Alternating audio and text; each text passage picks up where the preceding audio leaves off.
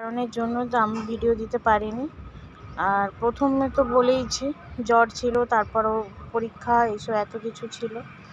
যাই হোক, তো দেখবো এখন এই বিকেলবেলাটার সময় আমি এই সময় বসে থাকি, বসে বসে যেটুকু ব্লগ করা যায়।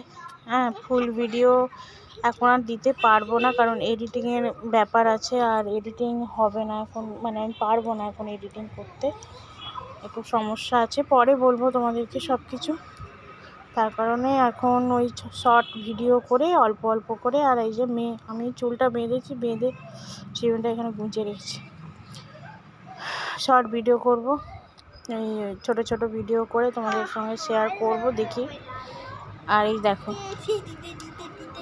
দেখো এতক্ষণ ধরে নিজে গান করে করে এরকম ভিডিও করলো একটু নিজে নিজেই, ঠিক আছে। তারপরে আমি বলি দাঁড়া, অনেক দিন পর বন্ধুদের সঙ্গে কথা বলিনি, একটু কথা বলে নিই তোমাদের সঙ্গে, তার কারণে একটু কথা বললাম। আশা করি তোমরা সবাই ভালো আছো, আমরাও এখন অনেকটাই ভালো আছি।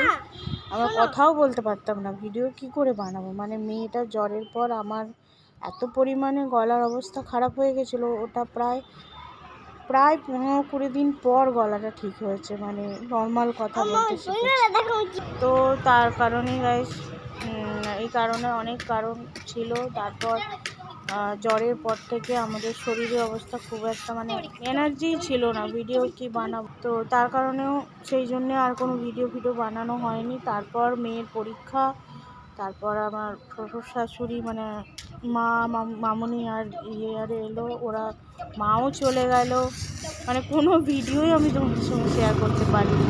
ওরা আসার ভিডিও কোনো শেয়ার করিনি, মানে ভিডিওই করিনি, মানে এনার্জি আর ছিল না। তো আজকে হঠাৎ করে কি মনে হলো যে ক্যামেরাটা জাস্ট খুলেছি, মেয়ে এইসব নাটক করছিল, ডান্স করছিল, তো তাই ভাবলাম যে তোমাদের সঙ্গে শেয়ার করি, একটু দেখাই, এইটুকুই বলা।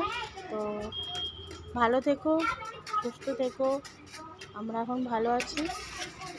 পরে যদি চেষ্টা হয় তো আমি ছোট ছোট ভিডিও বানিয়ে তোমাদের সঙ্গে শেয়ার করবো।